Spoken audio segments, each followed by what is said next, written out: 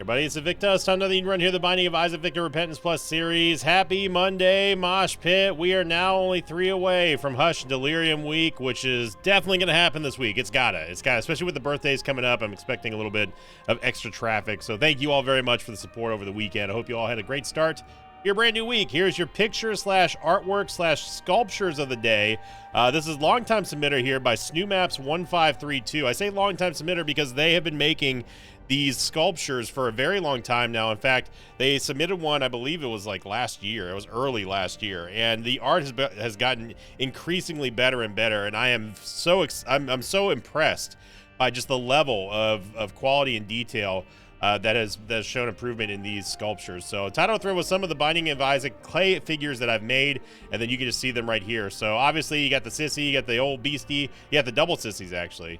And then if you look very carefully on the left side, you see this Invicta logo, which has been turned into a character there with the shield and everything. So it's some awesome stuff. Snoomaps, you do a fantastic job. Please continue doing this. Your artwork is some of the most spectacular and also unique artwork that I've seen in the Isaac community. So please keep going, and and we'll feature them every single time. So thank you very much, Snoomaps, and everybody who uploaded that one. Top on in. I love that stuff, man. The sculptures are really so unique. CJ is going to be November Juliet Sierra 6 Golf Whiskey Delta Papa. We got C Dizzle, and we got Isaac's Tears. 3.19 damage, 2.57 tears. I mean, everything's not terrible. Although I am suffering a little bit of PTSD right now because yesterday we had one of the worst runs of all time that I've ever seen. And it started with Isaac's Tears, and man, it was not good. Oh my gosh. Yeah, that was on Twitch, by the way. Ooh, okay, we're starting off with a black market. This is interesting. Let's put it this way: our stats right now are better than the entirety of that run. An early starter deck wouldn't be terrible. Neither would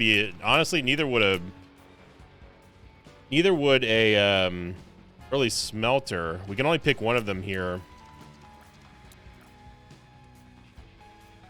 This is tough. We haven't had we have not had a smelter run in a while. So let's go with smelter. Let's switch it up.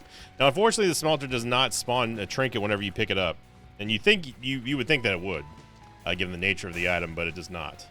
Obviously, want to go in the library as well. It could have been a mistake just to take the smelter because I may just replace it with a book anyway. But maybe we'll get a good trinket on this first floor. Who knows? I don't know. You don't know. I guess you could know if you fast forward, but where's the fun in that, you know? Like, I get that some people do fast forward these videos because either the floor is going too slow or they watch it at like double speed or whatever. Like, I get it. I understand. You know, but you also miss a lot of the subtleties though in videos.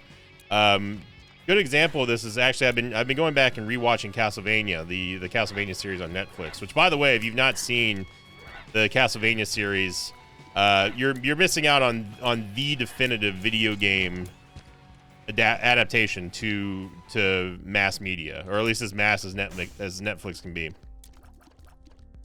And there's so many scenes that I don't remember from the first season. I'm like, why do I not remember?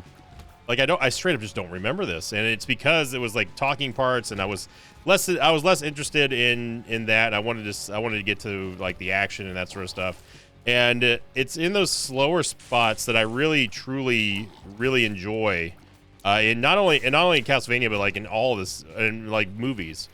You wouldn't think that I'd be a huge fan of like the Star Wars political scenes where they're just talking, and it's like the Jedi Council, or the politicians going after, trying to figure stuff out, that sort of stuff.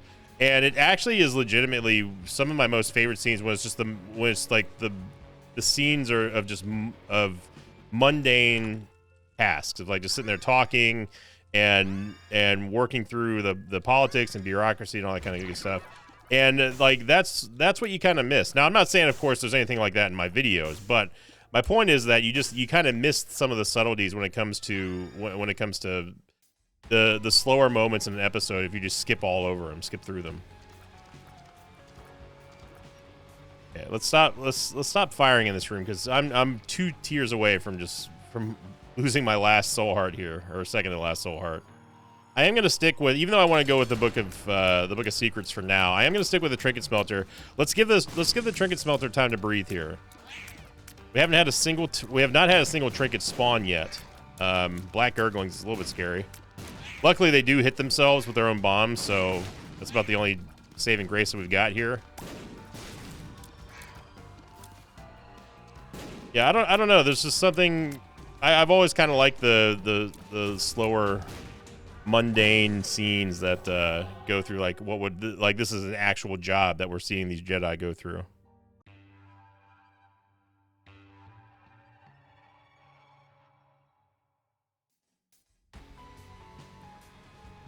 Going to last week's question of the episode. This one coming in from the doctor has what the doctor ordered episode, which is of course the Dr. Fetus episode.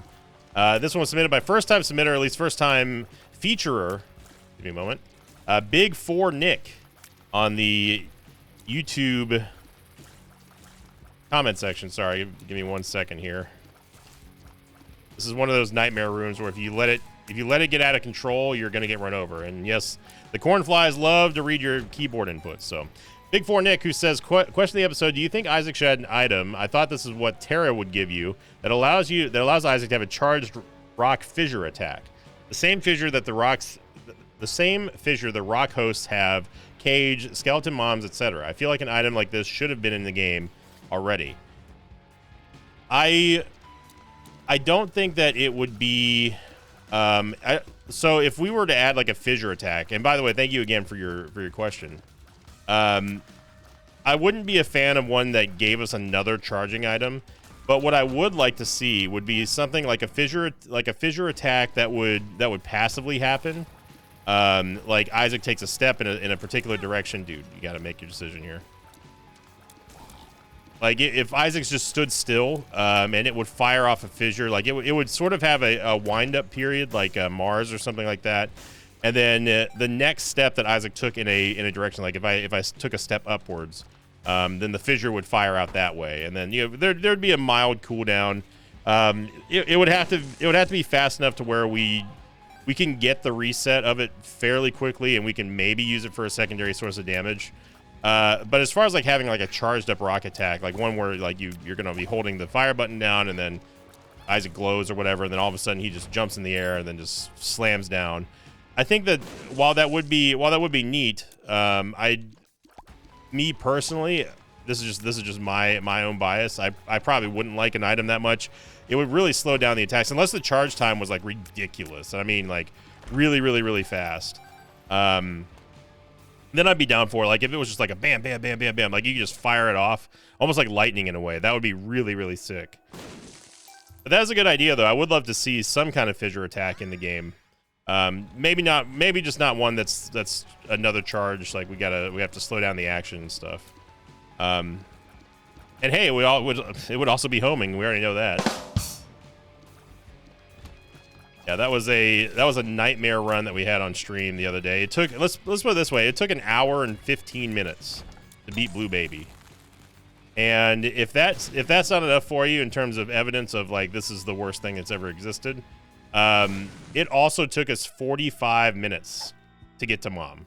Not to beat her, but just to get to her. It was that level of wow bad.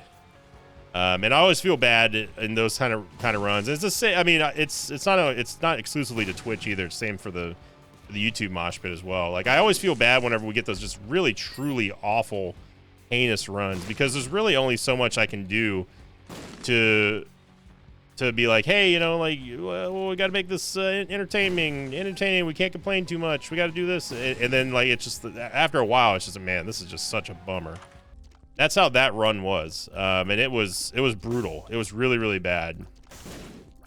And I always feel bad for like newer viewers that come in as well, and they're like, "Hey, it's my first Invictus stream." Like, they're all happy and they're stoked to catch a live Isaac run, and then we have a trash bag run like that, and like, man, it's not a good first impression. But like it's like I've said for many years, like I'm not good at being like, oh, hey guys, well, we got ourselves a challenge today. Whoa, we're definitely gonna make it here though. Like, like this, just everything's got to be positive. Like, it's just not me, man. if something's bothering me, I'm gonna express my displeasure with the situation without letting it go too overboard. I mean, sometimes it does, but you know, Isaac can be a very frustrating game. Anyone who's ever played it knows. And I think that part of growing up is learning how to. I don't know if I want to smelt the burnt penny. By the way, this is our first trinket in 2 floors, so thanks, game. Spawns more trinkets my butt. I think it's part of growing up too, is learning how to sort of control your emotions, and while also being yourself, obviously. Yeah, I mean, like, there's Bloody Gust. I don't mind Bloody Gust for sure. This is gonna take the red heart, and then this is gonna move the bone heart behind the soul hearts, I believe. No, but it does fill the bone heart. Okay, that's fine. Yeah.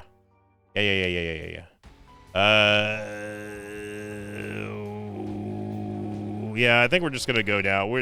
No. Let's not get lazy. This is a run where we can't really afford to leave something behind. No stone unturned. No stone unturned. I'm gonna go into the curse room here. There's plenty of red hearts to fill that bone heart again, so. In Soul of Eve, sure.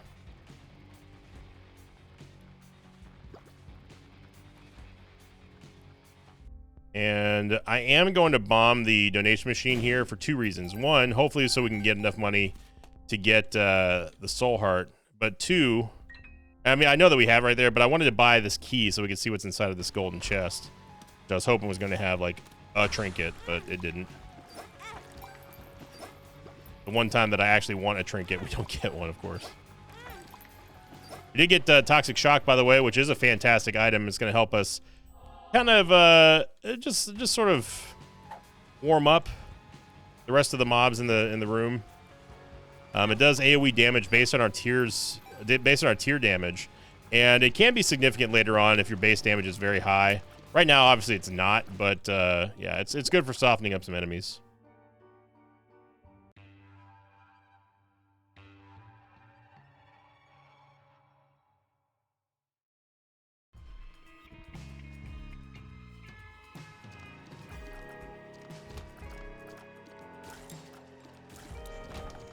All right, so we need to get we need some tiers here. Let's focus on this the run at hand here, because we're on floor 3 and we have not had any stat up that matters. Range upgrades. Although I will say, going back to that one final run here, this is the last time I'll talk about it, I promise.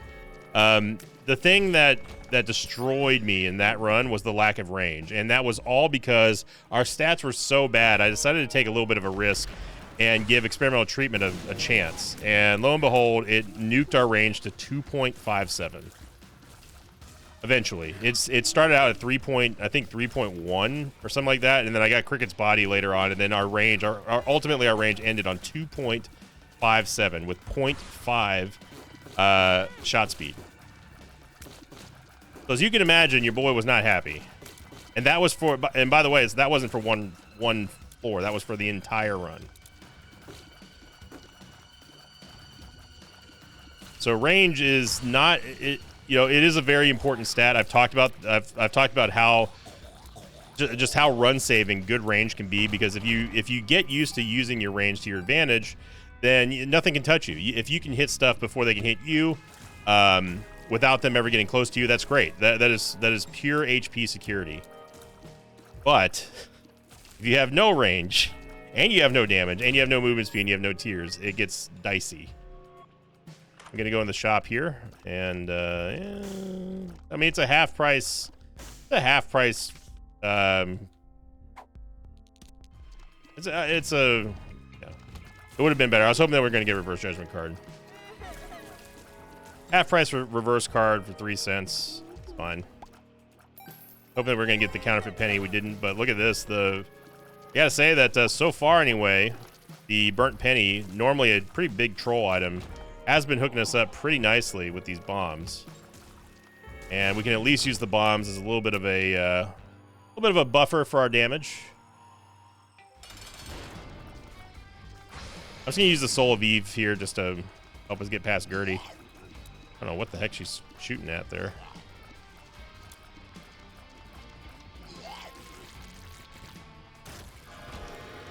Get a Tears upgrade. You do get a Devil Deal here, and yeah. Absolutely take the Pact. There's no reason not to. We can get the 4.5 volt, I'm sure, if we get 2 more cents here. Pact is going to be a huge damage up for us here. On top of that, it gives us 2 soul hearts and also contributes to the Leviathan transformation. No. Okay, well, you're funny, game. You're real funny.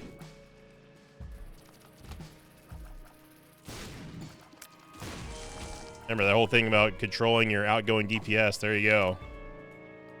We're going to smelt the Rib of Greed, which is going to be... That's actually pretty nice because we don't have to worry about ever getting a greed fight anymore on this run. So I'm trying. Trinket Smelter fans, I'm trying. I do not dislike the Trinket Smelter at all. In fact, I think it is one of the more powerful items that you can get. Being able to turn trinkets into passive items is huge. But the game doesn't seem to want to let us be getting them their trinkets right now. Lots of money here. That's great for us, honestly, because there's a reroll pedestal inside of the shop. With Soul Heart, too, I tell you what. We got plenty of bombs, so I'm allowed to be lazy here. That's how I justify it.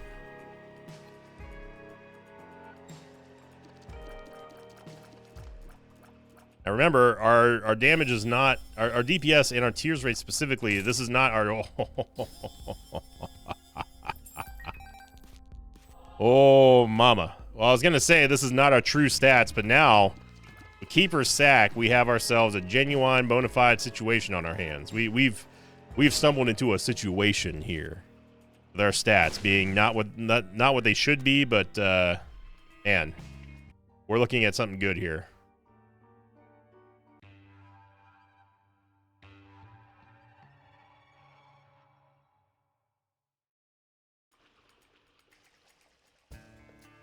Keeper Sack, my go-to favorite item to find in the shop. You see Keeper Sack, you take Keeper Sack. That's just what you do. If you're on a run that needs stats, look no further. Keeper Sack is going to take care of you as long as you A, get enough money to actually spend money in the shops, and B, as long as the game doesn't give you any greed fights. Now, what have we taken that affects greed fights? Well, we've taken Trinket Smelter and then smelted the Rib of Greed on that last floor. So, thankfully, we do not have to worry about ever getting a greed fight in this entire run. And that's pretty massive for Keeper Sack. This is going to be the boss over here. There's no way it's not. The 4.5 volt is actually fine. Maybe not for Trinket Smelter, but with Toxic Shock, it automatically gives us pretty much max amount of it gives us a max amount of energy that we can get from damaging stuff as soon as we walk to a room. Now we get little Chad. We've already got Sea Dizzle, so I don't know what Chad is going to drop us. He may drop a second Sea Dizzle, and boy, wouldn't that be neat. Not really helping out those allegations of them static items there, Sea Dizzle. If you drop another Chad, okay, he did drop damage, so been absolved, and yep.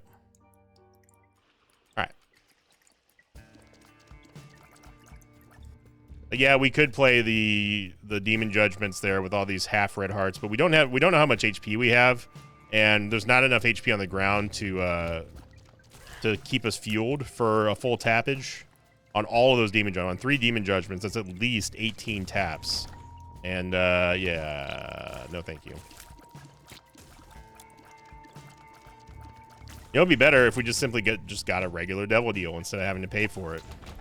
Right, we've already paid with our blood, sweat, and tears trying to get in there. Now we have to pay even more HP.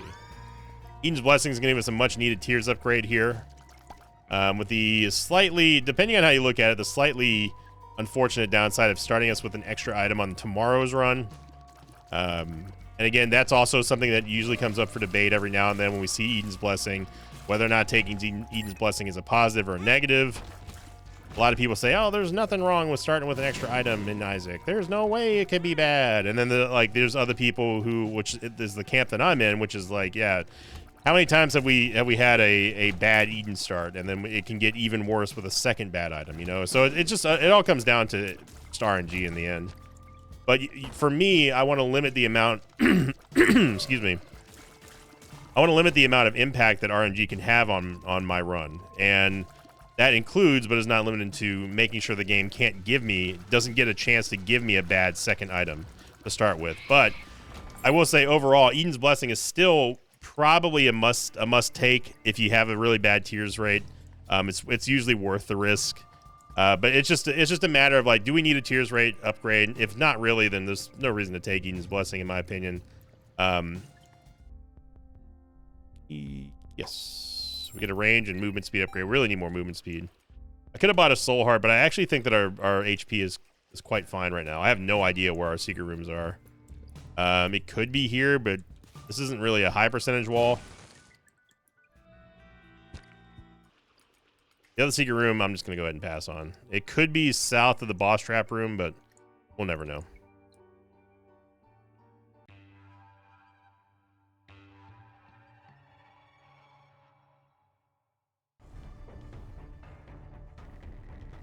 Yeah, so we didn't even have any red heart containers, which I actually didn't know. They're going to get Fate, however. And quick lesson there, never pick up an item while you're trying to fight, because Isaac will not be able to fire back. We have Fate, which is going to give us an Eternal Heart and also give us Flying.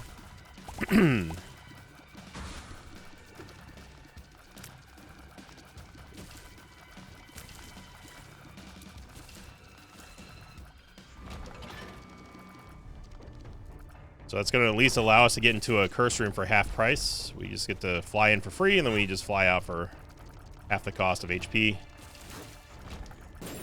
But flying obviously opens up even more avenues of success for us, because we're able to just not have to worry about any of the BS on the in the environment.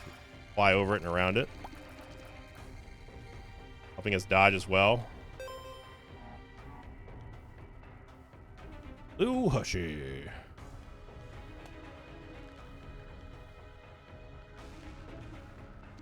Saw a picture of or not a picture, but a TikTok of some dude who was like, I'm a flying enthusiast. I built my dream car. My flying car has finally come to fruition. And like, he was like, for anyone can do it. You don't need a pilot's license. I was like, oh, that sounds safe. And it's just, all it is just a glider that has an engine is all it is. But because I guess it's not registered as a glider or something, you don't need a formal pilot's license or something. I don't know. Anytime I hear like you need no training whatsoever, I'm just like, yeah, that's gonna kill many, many, many people, I think. Like, I wouldn't trust this guy to fly me somewhere, let alone fly it myself, you know. And then it's like it's cheaper than a car. It's like, oh, okay, let's see how much it costs. Well, and luckily some Chad in the comments on TikTok, like, I guess did the research and was like, yeah, it's $36,000. Like, cheaper than a car, huh? What kind of car are we talking about now? Cheaper than a Lamborghini or cheaper than, like, say, a Corolla?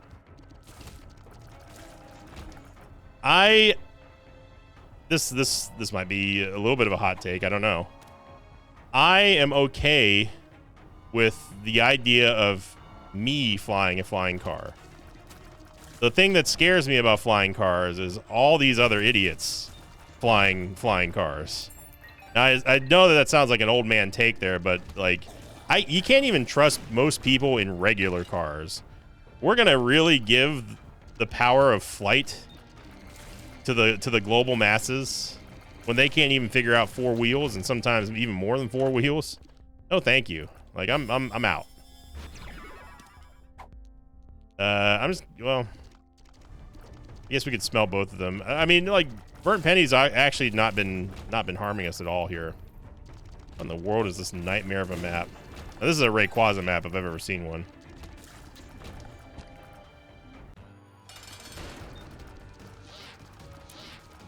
I know that it screams of, I'm the best driver. It's everyone else who's an idiot or a moron or a maniac.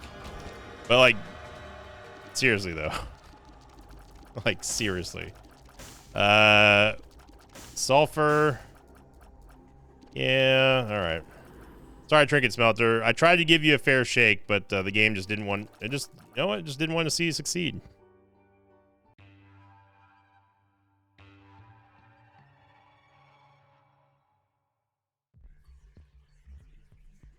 We have more reasons to take Sulfur here, especially with us having 4.5 volt. It just makes more sense. It's also 2 or 3 for Leviathan. And this is our true stats right now, as you see, because of Bloody Gust not being active. And once again, we get another Curse the Unknown. I know that we have 2 HP, that's it. Maybe not bomb that yet. Any money that we get, obviously, is going to be spent towards contributing to Keeper Sack.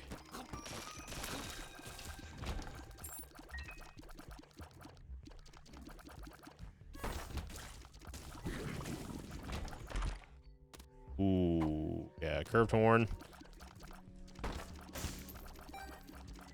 Thank you, Burt Penny. You did us proud, did us well. I don't think Burt Penny spawned a single troll bomb on us, now that I think about it. Burt Penny doing it up.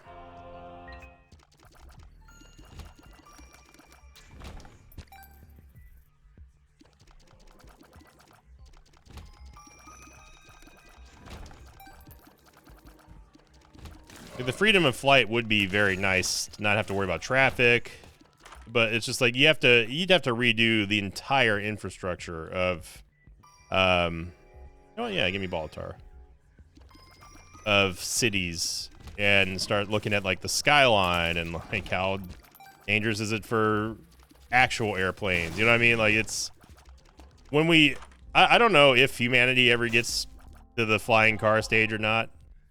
I don't think we're going to see it in our lifetimes. Eventually, I'm sure it will happen, but you never want to be around for the early adopters of something like that. You know what I mean? Like, this is a very Ryan take, but that's he and I don't agree on a lot of things. Oh, we actually do agree on a lot of things, but when it comes to stuff like this, it's usually he has the more outlandish of the ideas, and I'm a little bit more adventurous, but. This would be one Ryan take that I'm on board with, which is that you never want to be an early adopter for the flying car era. Oh my gosh. I'm sure he's probably talked about it in his videos. Yeah, I haven't watched Ryab in quite a long time. Truth be told, I don't really watch too many of anyone on Twitch. I tend to hang around like for sports cards breaks, and you know, I'll occasionally pop into one of my friends' streams, but it's usually just for a few minutes and I'm out. His hairball. This is going to give us Leviathan here with a nail. I'm going to stick with Sulfur though, because Sulfur, even though the nail, I forgot to use the nail. Even though the nail gives us HP. Sulfur, I think, gives us a safer run.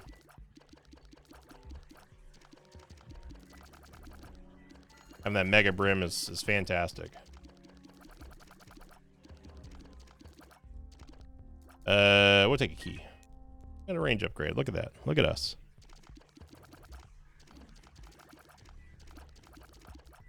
And I don't watch anyone play Isaac. Usually, the only time I'm watching someone ever play Isaac is if it's somebody new. Occasionally, I'll lurk in someone's chat just to watch them and see how they're doing, you know. But it's usually like one of my friends who is not an Isaac player who decides to fire it up every now and then. Like, I watch OC every now and then from Yogg's cast. She'll fire up Isaac. Who else is playing Isaac that they haven't played Isaac in a long time? I'm still waiting for Mr. Keeney, Mr. Bikini Bottom to fire up Isaac. He hasn't played Isaac in a long time. You know, this is a full charge, so there we go.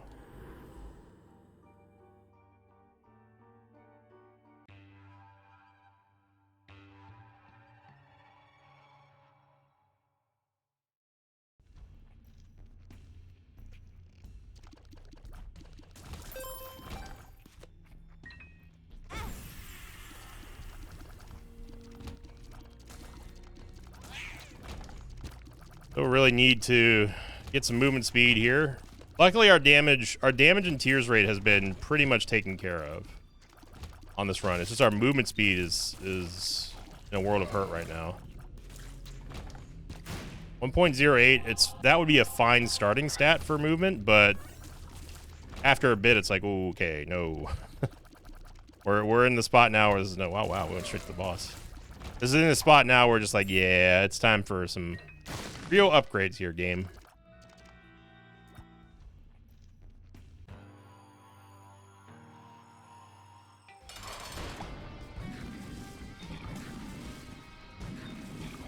Okay, green bloat. I mean, green dead. The damage and range upgrade from Jesus Juice, and also a Krampus fight. Pump of coal would be amazing. And he didn't drop it.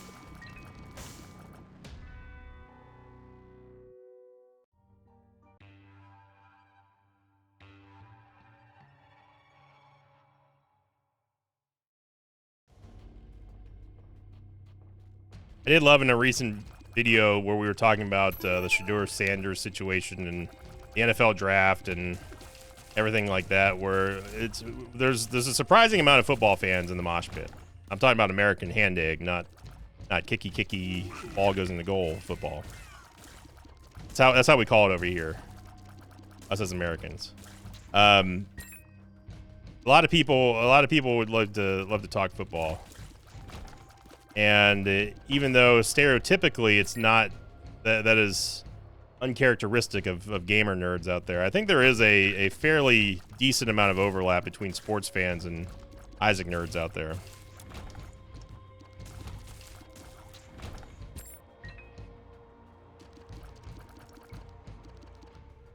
Buccaneers did draft Shiloh Sanders, which honestly, like, I'm not a big fan of any of the Deion Sanders family tree, but I will say that I think that because like Coach Krendor was like, "Aha! Look who drafted another Sanders," and it was the Bucs, of course.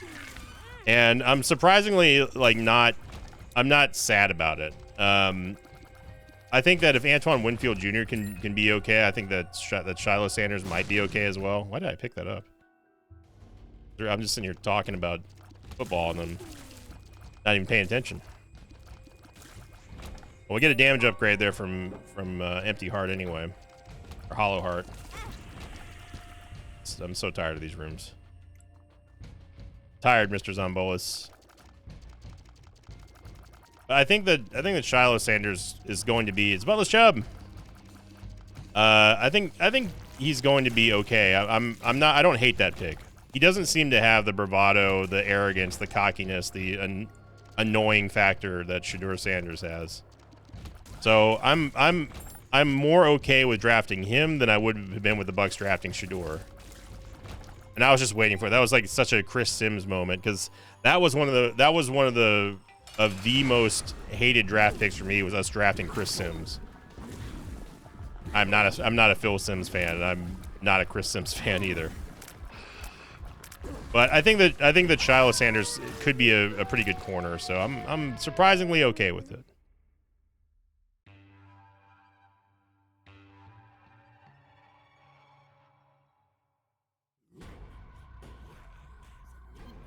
And the Bucs also drafted big man out of Florida.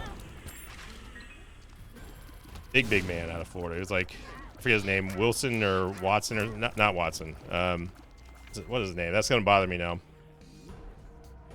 Giant 6'4", 400-pound monster of a man. The heck is his name? We drafted him towards the end of the draft.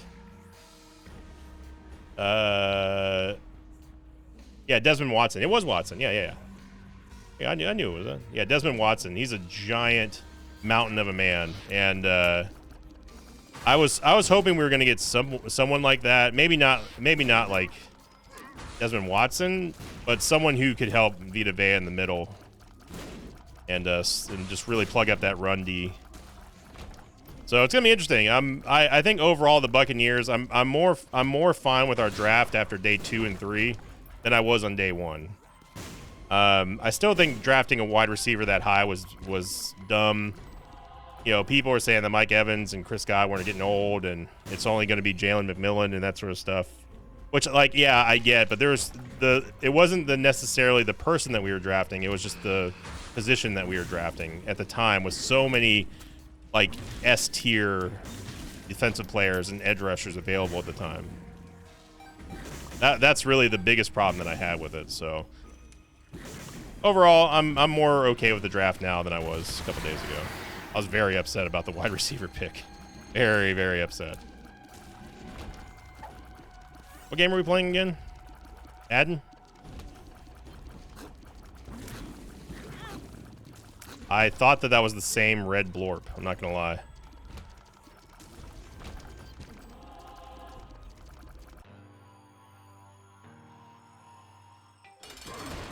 Lead off here with Sulfur. Unfortunately, Toxic Shock is not going to affect Fallen and the Bomb Flies yet. My favorite group from the 70s, by the way. Fallen and the Bomb Flies.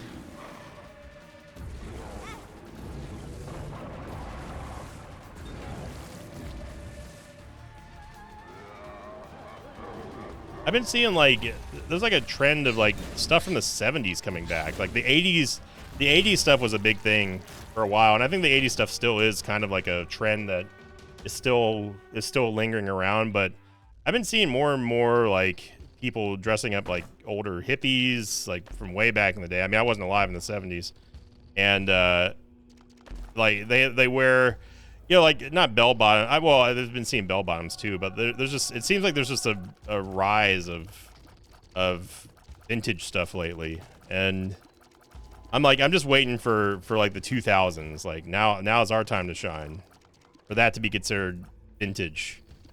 You know, the frosted tips and the new metal and everything. Yeah, I mean, we've got 9 lives, so I don't necessarily think we need Cambion Conception here. The only reason why I'm a little bit hesitant to take anything else and go down to 1 HP is just because of our lack of movement speed.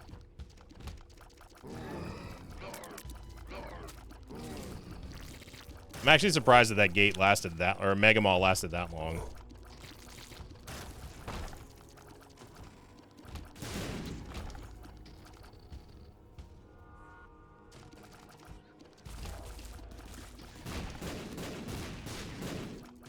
The Hierophant.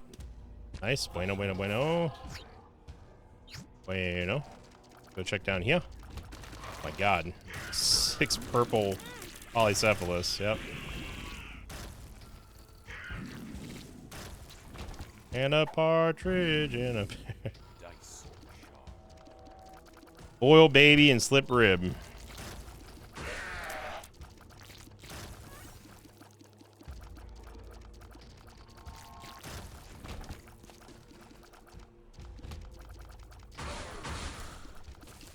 You don't realize that you're living through like one of those trends, one of those like signs of the times era, until it's far, far in the future, and you're like, wow, I didn't know that we were living in an era. Because at the time, everything's current. Like, I mean, imagine in 25 years from now, people going like, man, remember that we got that vintage 2020 fashion going on here, 2020s, you know? And in 100 years, this is gonna, in 100 years, like the year 2000s are gonna be like the aughts, like the aughts, the aught 5s, the aught 9s era. You know, like that's so weird to think about. Everything gets old, man.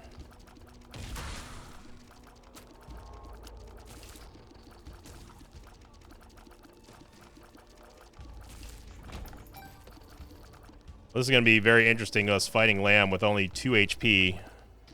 And eventually we will find the way to go. Of course, it's not this way. What kind of moron do you think we are? Why would we ever go the right way in the dark chest? Our saving grace is going to be the fact that we have sulfur and being able to recharge it over and over and over again with the 4.5 volt. I don't know how we didn't get hit by that fissure.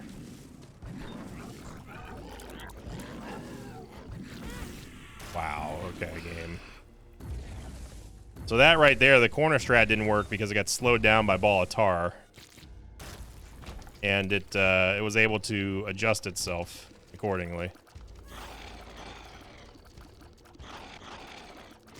So now we're in a situation where if we do find soul hearts on the ground, we leave them all on the ground until after we find where Lamb is, because chances are we're probably going to get hit. Like this one, I'm just gonna take the L just so I don't have to sit here. Oh yeah, that's right. Never mind. I'm stupid. We have Broken Heart. Well, that's the reason why I don't like Broken Heart. Well, the plan there was for me, I was just gonna die so we didn't have to fight double adversary, and then joke's on me, we end up dying anyway. The one time I actually like, yeah, I'm out of here. So now the option for us to actually fight with any soul hearts is now gone, and we have nothing but Broken Hearts. So thankfully, though, I will say that Bloody Gust did fully charge our movement speed, which is basically all we needed. So this is gonna be interesting, not in a good way.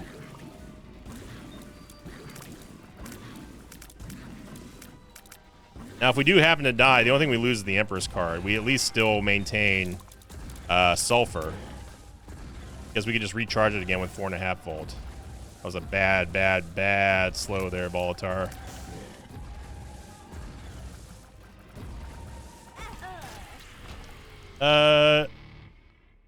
We died, but no.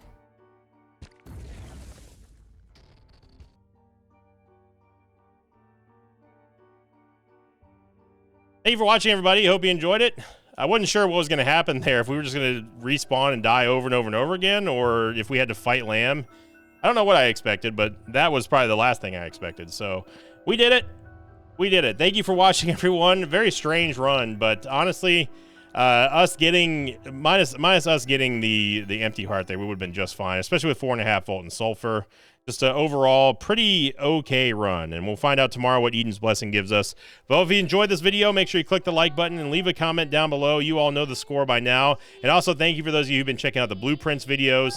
We had a very good episode today, and we got another banger run tomorrow. So I do appreciate all the support, everyone. Looking forward to seeing you on Thursday for my birthday stream. And as always, thank you for liking, commenting, and subscribing, and I will see you all next time. Until then, so long, everybody. Thanks for watching this video. Like, thanks to pages of mine like FaZe David, Alvin Sheldon, and Isaac Johnson. If you'd like to have your name read at the end of an Isaac episode, check out my Patreon campaign, which you can find at patreon.com/Invicta.